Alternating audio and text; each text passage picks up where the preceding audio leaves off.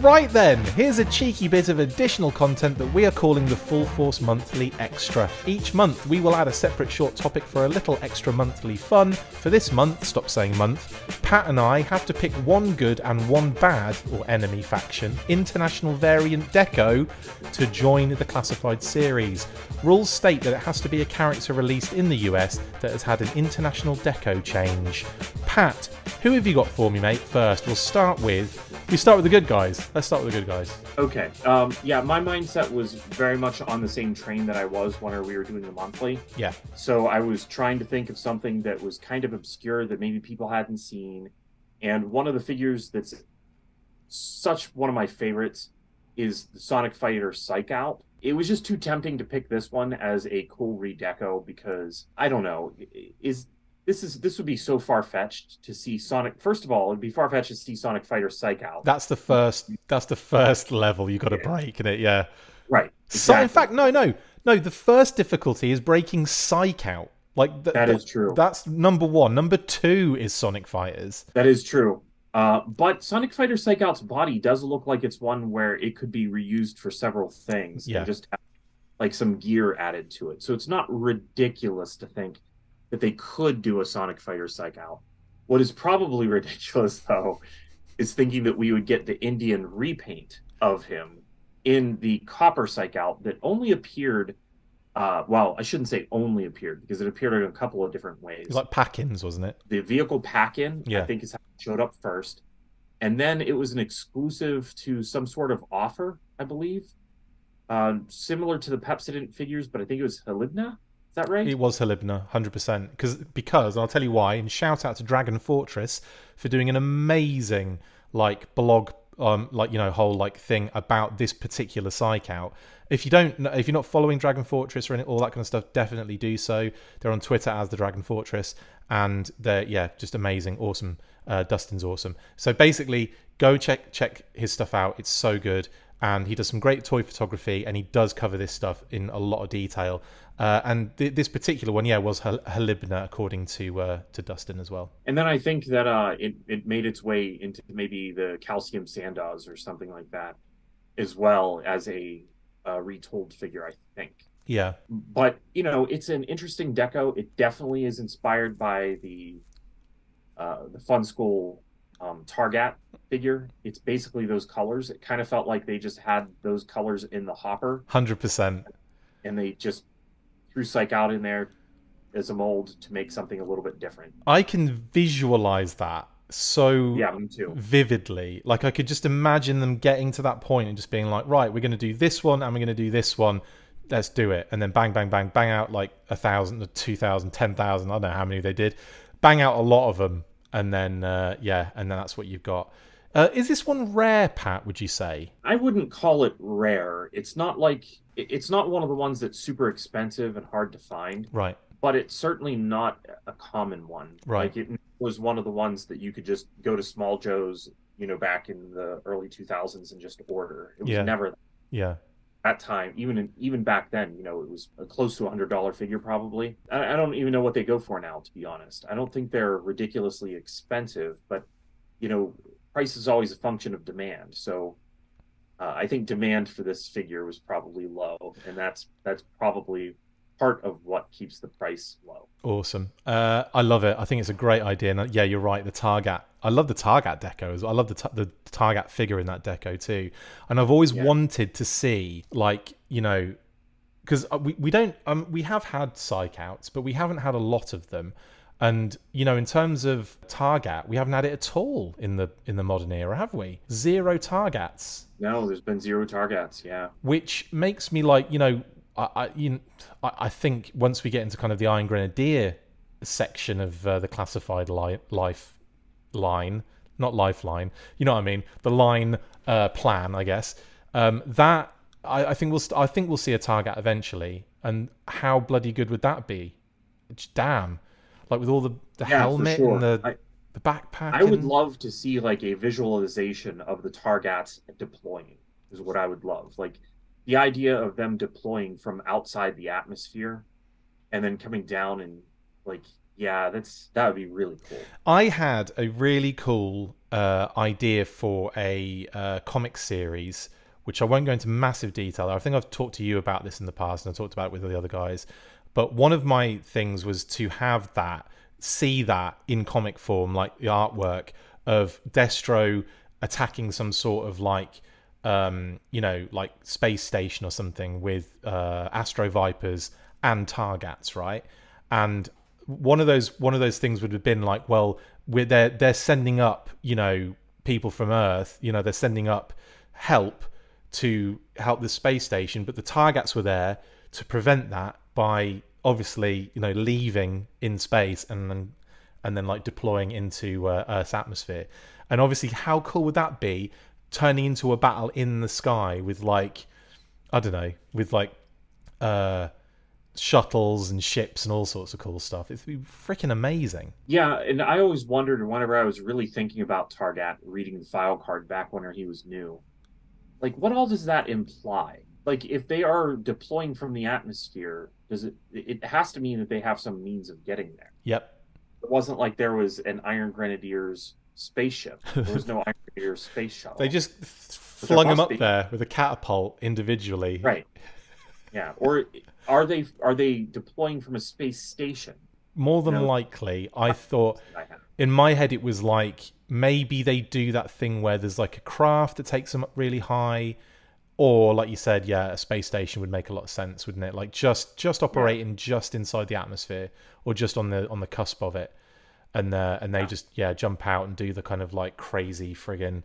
And you could also imagine that like even though when it comes to Cobra, there's the safety's out the window, but with Mars, you get the idea that Destro's a little bit more careful with his stuff, and like if it's not that it's not necessarily like super safe, it would definitely work. Like he's not going to be. It's not like he's dropping the Toxo Vipers out the window, you know, in the leaky suit brigade. Right. Like you get the feeling they'd have quality gear that would you know do amazing things. Yeah, like he saves the best for his own use for sure. What are we even talking about? I don't even know what we're talking about Psych Out. And suddenly we got onto Targats. And now we move on to your choice for the international figure. Thanks for the segue. I appreciate that. That was great. You're getting the hang of it. Eventually, I'll get it. So yeah, my good guy redeco is actually again very deep in nostalgia. It was my first version of this figure, and I absolutely adore Mutt and Junkyard. Now this is the 1991 I think release in the UK. I want to say it was 91. I've completely blanked. Anyway, this is of that era. This is the UK exclusive deco. I think it did sneak out into Europe as well, but I think it was effectively supposed to be a UK exclusive, as was Spirit, I believe. That was a cool one as well, actually. That I was contemplating the Spirit one, but because I had Mutt and I didn't have that Spirit, I don't think. Did I have that Spirit? I don't think I did. Then like that. Oh well, I've had it actually in later life, but not at the time. Now with the Mutt though, that deco is just phenomenal. I think he looks so good because it's like there's a lot of subdued colours in there. Like that kind of shirt is that kind of, it's like a weird greeny brown.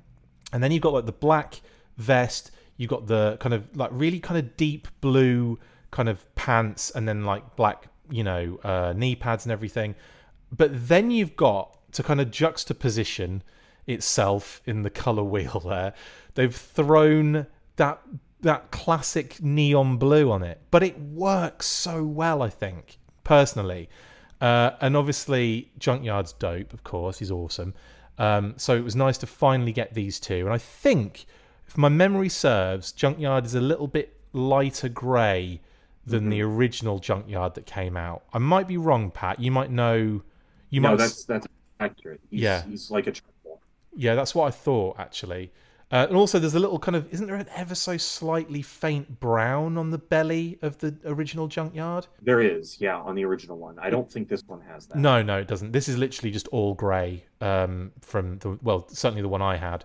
But anyway, so I don't know, I'm just really happy to have it. Now, the couple of interesting things about this figure as well is the fact that he has ginger hair.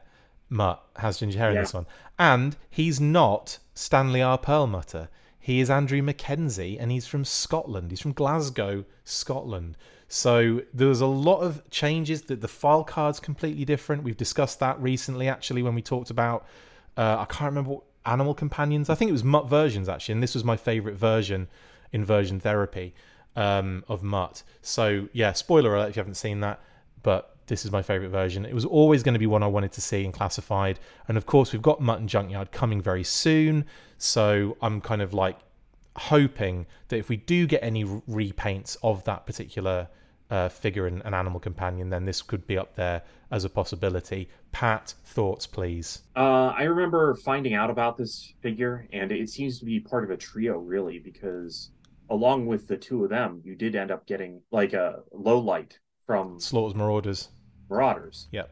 However, the low light that you got over in the UK for Slaughter's Marauders is different than the one from the United States, because one in the US, like the rest of the Marauders, were made in South America, in Brazil. Whereas the Slaughter's Marauders low light, which I don't think it actually said Slaughter's Marauders in the package. Nope. But the UK one is made in China, where, you know, the rest of like the US Joes were made. So when you get that figure, it definitely has more of a feel that it fits a little more with the rest of the line than the actual, you know, prone to thumb breakage Slaughter's Marauders figures have. So that's a great one. So when I found out about all these, one of the things that really confused me was the fact that he has his original helmet. Yeah. Like the for it.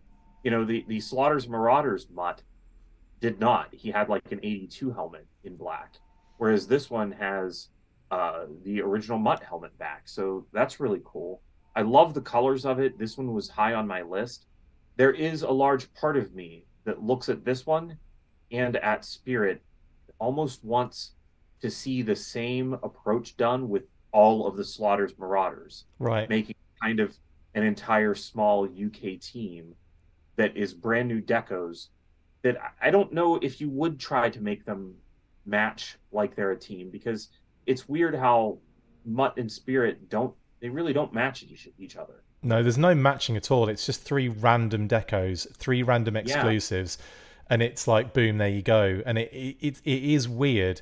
Like, that you can definitely, like you were talking there, I kind of met, when I looked at the low light, the 2 low lights next to each other, the Marauders one and the UK one, there's a quality difference there that's, well, yeah. I would say almost like very, you'll see it when in hand more so than you'll see it on comparison shots. But like the shade of deco is ever so slightly different, but like so marginally different, it's hard to really comprehend. Like, you could have those 2 figures on a shelf and you would think, oh, you just got 2 Slaughter's Marauders figures up there, but no, there's a real, like, very, very faint difference in deco there too, isn't there? And I think that's mainly down to how it adheres to the quality of the plastic and stuff. I think there has to be an interesting story behind this figure that we are not aware of. Sure. And it's certainly not an overstock scenario, is it? Slaughter. What? It's certainly not an overstock scenario, because it's a different figure, effectively. And whenever you think about the tooling for this figure, because I believe, well, I guess I can't say for sure. There could have been 2 sets of tooling for Spirit and Mutt and Lowlight. That's entirely possible. But if there wasn't, it means that they shipped the tooling from Brazil to China and then had these made, which maybe they were doing that in preparation to do all of the Marauders and then they couldn't. Possibly. Because the deal with Sergeant Slaughter. I don't know. Like, there was definitely a lot of effort put forth to make this figure come to the market. Yeah. Like, because somebody had to redesign it. We don't really know who did the deco on it, just like we don't really know for Tiger Force. And it's a little confusing as to how this figure came to be. So, as far as I'm aware, the guys that did the deco for the exclusives and for Tiger Force, etc., were an outsourced freelance group. Like, that's from that. The last time I spoke to Dave Tree, shout out to Dave Tree, in regards to this, he said he tried to kind of locate them, but their business, it wasn't like, it's not around anymore. Like, it just went out of business. So like, or it doesn't operate in the same kind of situation anymore. Certainly the same address. Yeah. So like, trying to get locked down the people who were behind it is really difficult. But yeah, I believe they all would have been involved in these exclusive decos as well. And it'd be really interesting to get some paperwork or some, design sheets or inputs or anything where they kind of maybe had some ideas down, and the different logo, of course, for Tiger Force. I mean, there's loads of stuff you could go into with that. But yeah, it is interesting. We got these 3 random figures in random different decos. Boom. But that's the only low light we got in the UK. We didn't get a regular low light. So that was low light in the United Kingdom. Yeah, yeah. You didn't get the 1986 style. Nope. But you did have Mutt in Spirit. Mutt was a Palatoy 85 figure. Yeah. So that would have been that wasn't like International Heroes onwards. That would have been Palatoy card back 85. Spirit, I can't remember off the top of my head. I thought Spirit was also on the red and yellow, or red, yellow, blue Palatoy cards. Yeah, let me just have a quick check. No, he's not on Action Force. But maybe was he in 87? No, he wasn't in 87. Was he in 88? No, was he in 89?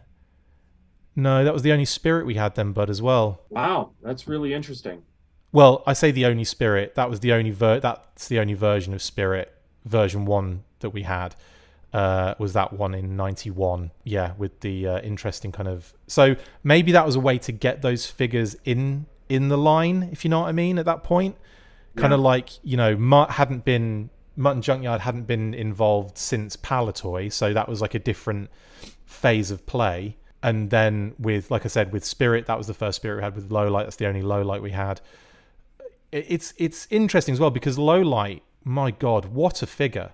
Like the original low light is just phenomenal. So it's weird that we wouldn't get that. Maybe it was the sniper aspect, because that was another thing you have to take into consideration with the UK. There was a lot of sensitivity towards specific things, toys for kids, and so on and so forth. I mean, technically, he's listed as Night Spotter. True, but the big sniper rifle might. It kind of like kids see that thing, and it's like he's not just looking at stuff. No, he's not just looking at stuff.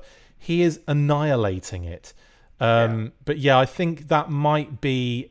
I'm not saying that's the definitive reason, but that might be why we've got that situation on our hands.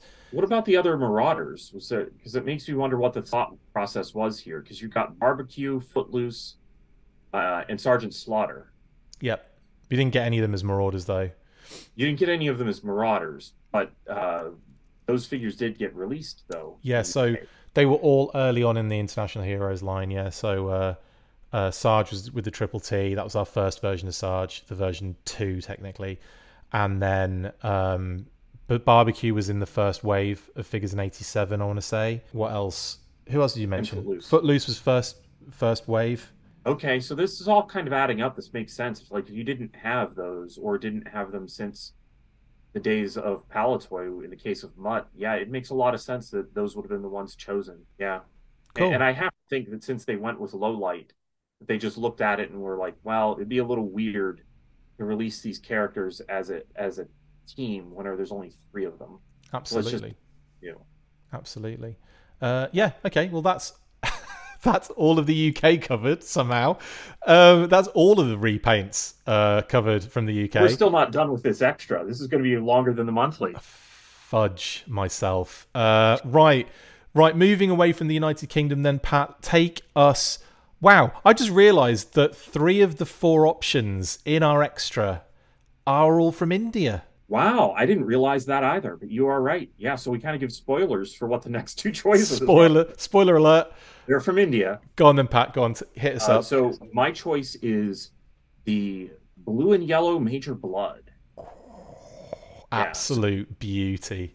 You essentially have version 1 Major Blood in the colors of Sonic Fighters Major Blood.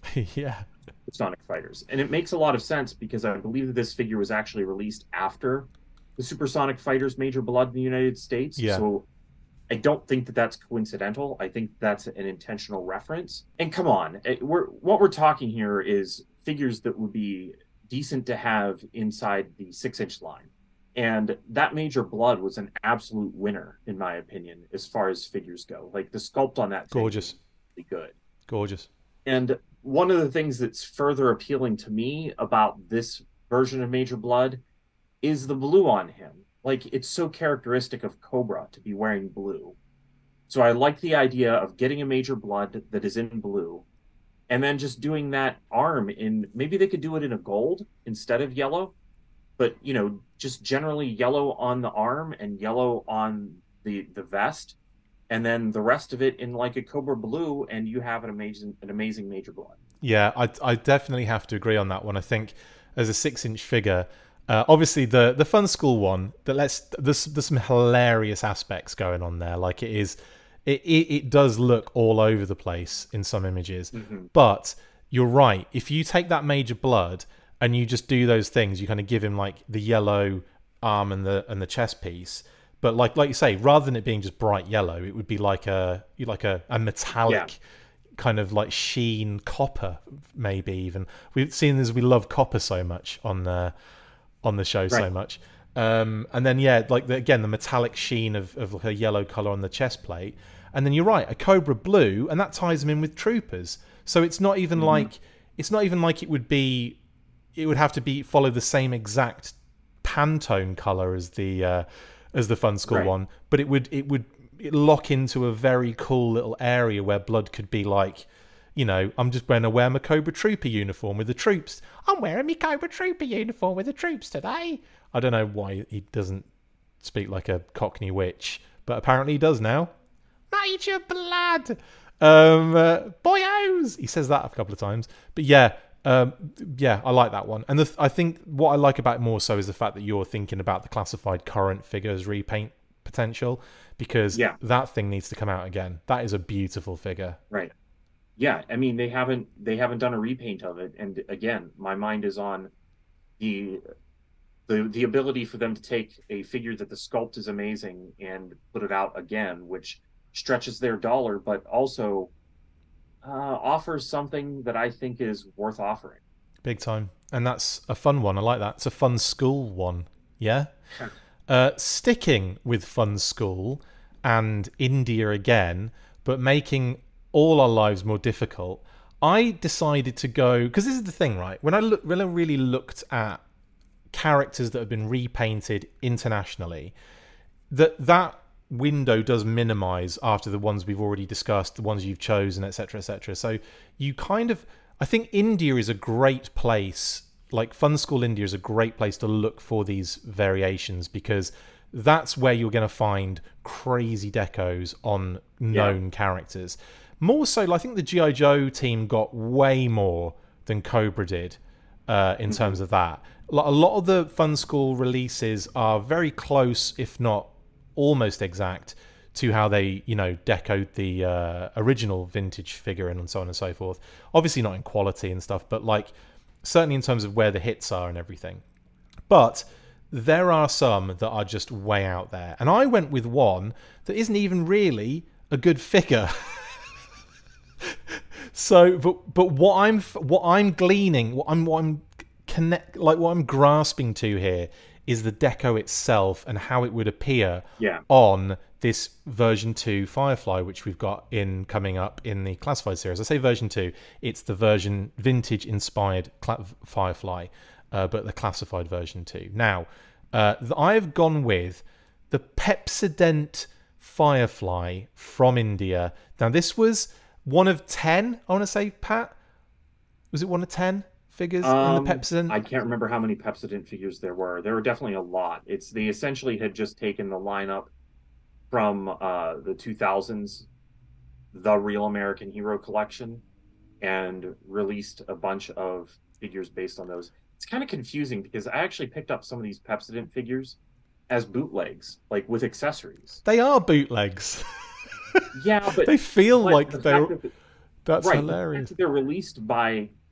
I mean, technically, the term bootleg applies to something that is released without authorization. Yeah, is what a bootleg is. Yes, that gets debated a lot in toy communities, but that's what it is. Yeah, and were released with authorization because Fun School is actually a joint venture of the Madras Rubber Factory and Hasbro, and they have a license to release GI Joe. So this was released. It was 100% above board. Yeah, totally. Yeah. So, but the quality of it, man, there are better bootlegs than this official.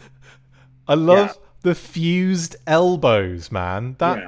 Would you want them to glue the would you want them to take the 6-inch figure and glue his arms so that he can barely be used? I want them to do new tooling where the arms are tooled that way, so it costs them a fortune as well, and they release it that way. Oh my! And released with Pepsodent. Yeah, we need to get some toothpaste up in there as well, definitely. That would be funny if they did this color and he just included a little tube of something. Oh, that would be so sweet. But we all know that it was Pepsodent. That would be so sweet. Yeah, it's almost like it's clearly toothpaste, but he uses it as plastic explosive kind of thing, like squeeze. Right.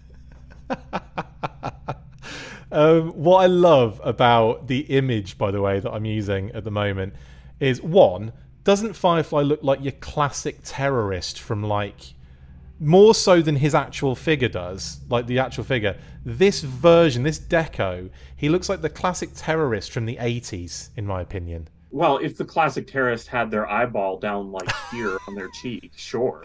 Yeah, because the balaclava doesn't fit properly.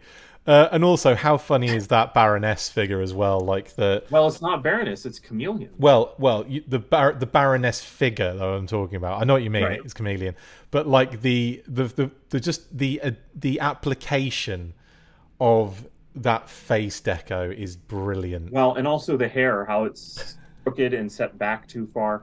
I like to imagine that since Chameleon is supposed to be mimicking the Baroness, that she shows up like this and the Baroness just gets really offended. That's not how I look. That is not how I look. Amazing. And they're all like that. I love the fact they kept the kind of swivel arm articulation line in there as well. The lines are all there. You could tell that they just kind of glued them in place. Yeah. And made cheap versions of them. They're maybe covered the elbows with something, fused them up, gunked them up. Yeah, big time. That's so funny. So funny. Why'd you even bother? Anyway, let's talk about the deco, because I think the deco is phenomenal in this. It's very simple. He's all green, but then he's got the brown secondaries, the belt and the straps, and then he's got the black thigh strap holster. So there's multiple things going on here. But more importantly, I love the fact that he gets this kind of dark teal balaclava. I think that's really dope. Well, I'm going to actually take a spin on this and say that there's another way that this could be released. We know that, in my mind, at least, referenced and released. In my mind, we have the obvious choices for redecos of Firefly. One of them would be Sabretooth / Wreckage, right? Who's in Tiger Force. Then one of the things I always think of regarding that character and Sky Striker are, what would they look like in their non-Tiger Force uniforms? Yeah. What would they look like on the Joe team? And then you look at this Firefly and he's wearing greens and browns and black, and maybe these colors would be a good stand-in released as Wreckage on the Joe team instead of released as Firefly. Interesting. Yeah, so that this could be a Wreckage standard, what he would look like as a normal figure. Yeah, totally. Yeah. Do you know what's funny about that? I've never given that any thought, because obviously I think mainly because the figure never came out. But in terms of Sky Striker, that's a good point, because he's a figure that only exists in that Tiger Force universe. So, he definitely he must have a standard issue garb, unless he joined Tiger Force specifically. That's in his contract that he signed. Yeah. I'm just going directly into Tiger Force. I want to be involved in any other aspect other than looking like that. That's all I want to do. Yeah, and then when Tiger Force comes back out in the 2000s, he just gets to take it easy because he wasn't in the set. I know, the poor bugger. I would love. Yeah, I want to see that. I want to see Sky Striker wearing regular gear, 100%. Yeah, 100%. But then also, this is a Wreckage redo is a great idea. I was just honestly, I wouldn't say I was struggling. I had other options. Obviously, there's the red buzzer with the dark hair. That's a really interesting one. And as you pointed out to me as well, there's a variant as well, because there's another buzzer with a red jacket with blonde hair, which I think you said you have. Yeah, and those appear also. I think the red shirt buzzer was, I think, at least considered by Hasbro during the 25th era, because it was in those cards. Any of those things, like that deck of cards that they handed out, it's like playing cards. I don't think that was a list or an insight into, hey, these things are probably coming out. But the fact that they included it in those cards at least tells us that they were aware of that color. Yeah. So yeah, I think that'd be we haven't even gotten to buzzer yet, but it would be, in the classified series. Yeah. But that's something that kind of is interesting to have on the table, is some of these fun school things. Well, he's part of the next 5-figure wave buzzer. So at least we know that there's a possibility we could get a red shirt buzzer at some point. But there's tons of options. But that was the thing. Like, I was kind of, I kind of came across this, and I was like, I really like that. I love that color. I love that on that new Firefly, just to see it. I might even like mess about with it a little bit. Maybe give it some camo, maybe some subtle darker green on the light green. Well, I think the camo is really what separates it from the 2000 Firefly. Because if you look at that 2000s Firefly, obviously it's the plastic swirl is what they went with in order to simulate camo. But if you look at the file card, you could see the hand-painted version of it, where it's mostly a brown figure with green camo applied. Yeah. So it's kind of like green and brown camo. I'm sure the reason for this not having camo is that it's a Pepsodent cheapy figure, and they were not doing that. 100%. This is all about right, guys. Can you also glue the elbows as well when we put them back in the tool? Yeah, sure. Let's do that. I'm surprised that they gave him gloves. They were or flesh hands, whichever that's supposed to be. No, it's like to tell. No, it has to be gloves because it doesn't match the flesh tone of his face. I'm going to say that that's just classic Fun School for you right there. It is. But you're right. He's obviously wearing darker skin tone, flesh-colored gloves. So weird. What a weirdo. I love it. Yeah, they didn't need to put that paint application on at all. Or if they did, why didn't they make it black or brown to make it match the rest? I know. Well, I don't think they care is the other thing there, more than likely. Anyway, that is it for our extra, that's the biggest extra we've ever done. But effectively, we've done 2 monthlies this month. We've done 2 monthlies now, yeah. I hope you've enjoyed it. My goodness, I have. It's been fun, yes. That's been great. Anyway, yeah, that's it. We'll see you on the next blooming episode. Now you can bugger off.